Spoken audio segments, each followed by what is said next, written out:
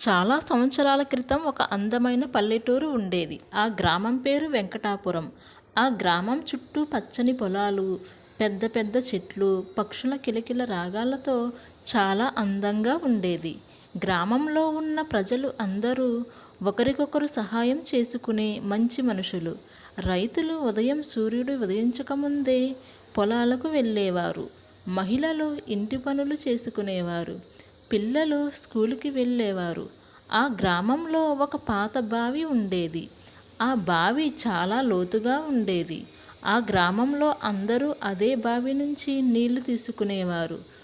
కానీ ఆ బావి గురించి ఒక విచిత్రమైన విషయం ఉండేది. గ్రామంలోని పెద్దవాళ్ళు ఎప్పుడూ పిల్లలకు చెప్పేవారు. సాయంత్రం అయ్యాక ఆ బావి దగ్గరకు వెళ్ళకండి అని చెప్పేవారు. ఆ ఊరి గ్రామస్తులు పిల్లలు అడిగేవారు, ఎందుకు తాతయ్య, మేము ఆ బావి దగ్గరకు ఎందుకు వెళ్ళకూడదు అని అడిగేవారు. అప్పుడు ఆ ఊరి పెద్దలు రాత్రుళ్ళు ఆ బావి దగ్గర విచిత్రమైన శబ్దాలు వస్తాయి అని చెప్పేవారు. ఆ ఊరి పెద్దలు ఆ మాటలు విన్న పిల్లలు కొంచెం భయపడేవారు. ఆ గ్రామంలో చాణక్య అనే యువకుడు ఉండేవాడు. చాణక్య చాలా ధైర్యవంతుడు. అతనికి రహస్యాలు తెలుసుకోవడం అంటే చాలా ఇష్టం. ఒకరోజు చాణక్య తన స్నేహితులతో కూర్చుని మాట్లాడుతున్నాడు. అప్పుడు ఒక స్నేహితుడు అన్నాడు, నిన్న రాత్రి బావి దగ్గర వెలుతురు కనిపించింది అని అన్నాడు. చాణక్య స్నేహితుడు ఆ మాటలు విన్న చాణక్య ఆశ్చర్యపోయాడు. ఆ వెలుతురు ఎక్కడ నుండి వచ్చింది? బావి లోపల నుండి వచ్చిందా అని అడిగాడు చాణక్య. అవును, బావి లోపల నుండి వెలుతురు వచ్చింది, నేను చూశాను అని అన్నాడు అతని స్నేహితులు. ఆ రోజు నుండి చాణక్య మనసులో ఒక ప్రశ్న తిరుగుతూనే ఉంది. బావిలో నిజంగా ఏముంది అని. ఒక రాత్రి చాణక్య ఒక నిర్ణయం తీసుకున్నాడు. నేను ఎలా అయినా ఆ బావిలో ఏముందో అనే రహస్యాన్ని తెలుసుకుంటాను అని అనుకున్నాడు చాణక్య. ఆ రోజు రాత్రి గ్రామం మొత్తం నిద్రపోయింది. చంద్రుడు ఆకాశంలో వెలుగుతున్నాడు. చుట్టుపక్కల అంతా నిశ్శబ్దంగా ఉంది. చాణక్య నెమ్మదిగా బావి దగ్గరకు వెళ్ళాడు. బావిలోనికి తొంగి చూశాడు. బావి లోపల ఒక చిన్న వెలుగు మెరుపు కనిపించింది. చాణక్య గుండె చాలా వేగంగా కొట్టుకుంది. అతను మరింత దగ్గరగా చూశాడు. అప్పుడు చాణక్య చాలా ఆశ్చర్యపోయాడు. బావి గోడలో ఒక రహస్య ద్వారం ఉంది.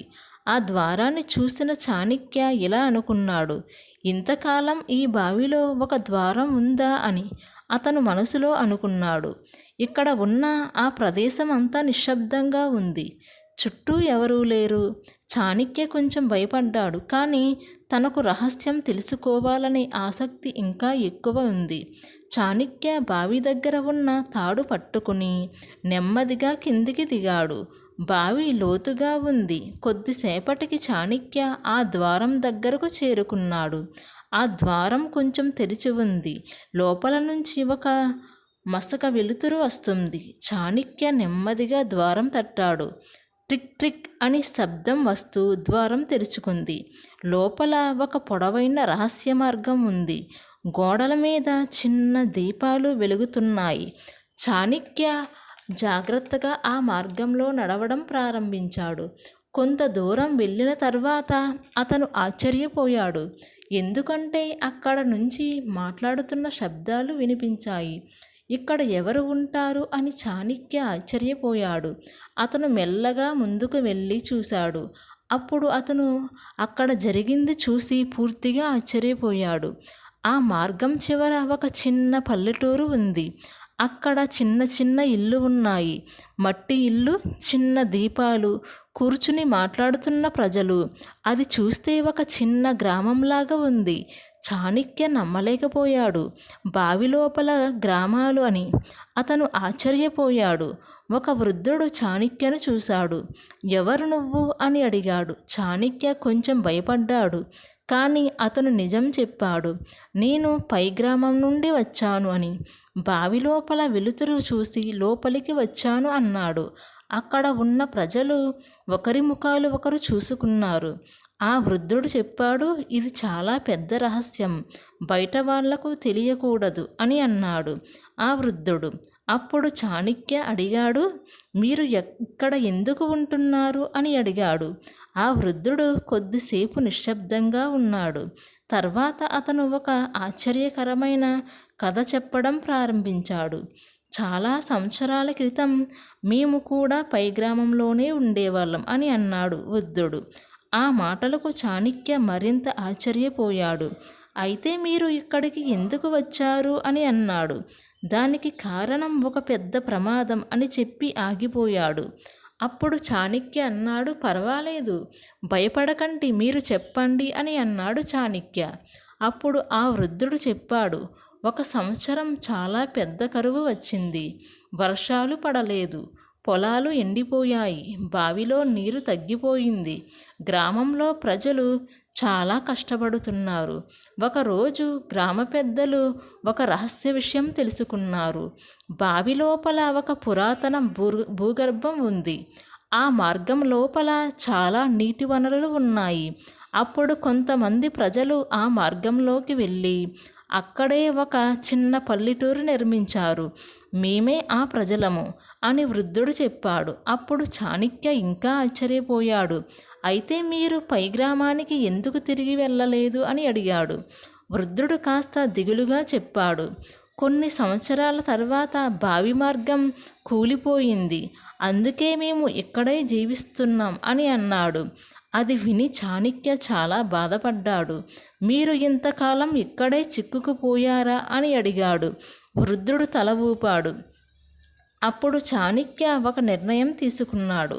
నేను మీకు సహాయం చేస్తాను అని అన్నాడు. చాణక్యపై గ్రామానికి తిరిగి వెళ్ళాడు. గ్రామ పెద్దలతో అన్నీ చెప్పాడు. మొదట వాళ్ళు నమ్మలేదు, కానీ చాణక్య వాళ్లను బావి దగ్గరకు తీసుకువెళ్ళాడు. అందరూ కలిసి బావిలోకి దిగారు. అక్కడ భూగర్భం పల్లెటూరును చూసి అందరూ ఆశ్చర్యపోయారు.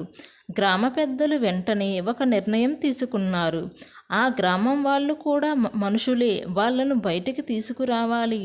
అందరూ కలిసి బావి దగ్గర కొంత మార్గం తవ్వడం ప్రారంభించారు. కొన్ని రోజుల తర్వాత కష్టపడి చివరకు ఒక పెద్ద మార్గం తెరుచుకుంది. భూగర్భ పల్లెటూరు ప్రజలు చాలా సంతోషించారు. వాళ్ళ పై గ్రామానికి వచ్చారు. 2 గ్రామాల ప్రజలు ఒకరినొకరు చూసుకుని ఆనందంతో కౌగిలించుకున్నారు. వృద్ధుడు చాణక్యతో అన్నాడు, నీ ధైర్యం వల్లే మేము మళ్ళీ వెలుగును చూసాం అని అన్నాడు. ఆ రోజు నుంచి 2 గ్రామాల ప్రజలు ఒక గ్రామంగా కలిసిపోయారు. ఇక ఆ బావి భయంకరమైనది కాదు, అది ఒక రహస్యాన్ని బయటపెట్టిన బావిగా ప్రసిద్ధి చెందింది. ఈ కథలో నీతేంటంటే, సహాయం చేసే మనుషులు ఉంటే చాలా పెద్ద సమస్యను కూడా పరిష్కారం అవుతాయి. ఈ కథ నచ్చితే లైక్ చేయండి. ఇలాంటి ఇంట్రెస్టింగ్ కథల కోసం మన ఛానల్ని సబ్స్క్రైబ్ చేసుకోండి.